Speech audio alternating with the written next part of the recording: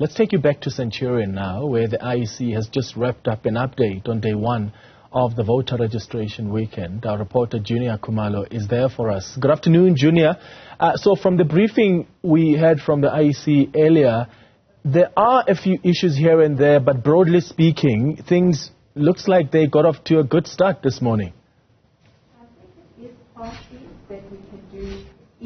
Good afternoon to you, Clement. Indeed, there are quite a few challenges that the IEC has faced. In the 3 hours that the polls had been opened from 8 o'clock until 11 o'clock, about 90% of the voting stations had been opened. Some of them were not opened because of service delivery challenges and other problems that were experienced by the IEC. The majority of the staff, about 68,000 of the staff that have been employed by the IEC, had turned out to assist with the registration process, according to the IEC.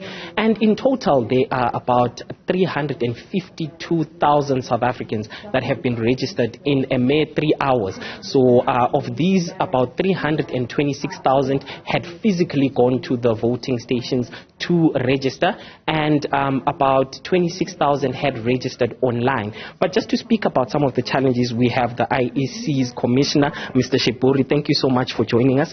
By 11 o'clock, there were still a few voting stations that had not opened. What were some of the main challenges that the IEC faced?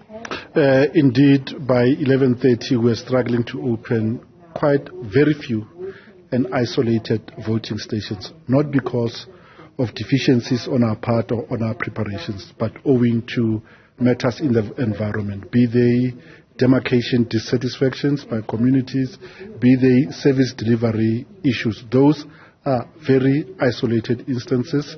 We engaging with community leaders in those localities, as well as members of the SAPS, to help us create an environment that will allow those who want to participate to do so.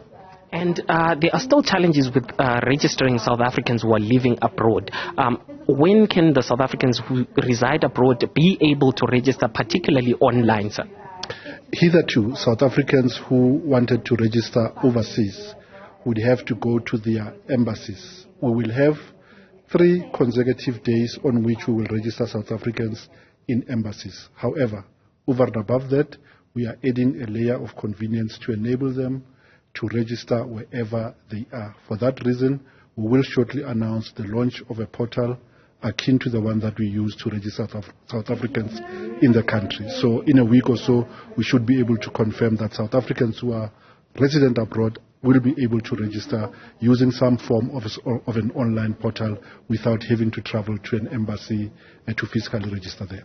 And just quickly, South Africans who are homeless, who don't have a place to reside, there are some challenges when it comes to them not having identity documents or having a proof of residence. What is the IEC trying to do to assist these individuals to register and vote next year? For persons who are homeless, a proof of address is not a requirement to register. A person presents themselves, they give us an address or they give us a description of where they call home. Based on that, we will register them against the segment of the voters' roll against which that place of abode is located. That is to safeguard their right to citizenship, because one of the promises of citizenship is franchise, which is universal and based on a common voters' roll. So if you start introducing qualifiers like proof of an address, that voters' roll is no longer common. It is qualified on the basis that we have A-class status in society. So as a constitutional body, we are resolved to guarantee the rights of all South Africans without watering down on the requirements for the freeness and fairness of the elections that we administer. Okay. Thank you so much, sir. That is Mr. Sheburi, one of the commissioners of the IEC, just indicating that in a mere 3 hours after the opening of the voter registration stations, about 352,000 South Africans had turned out to register to vote in next year's elections, Clement. All right, Juniour Khumalo, thank you for that update.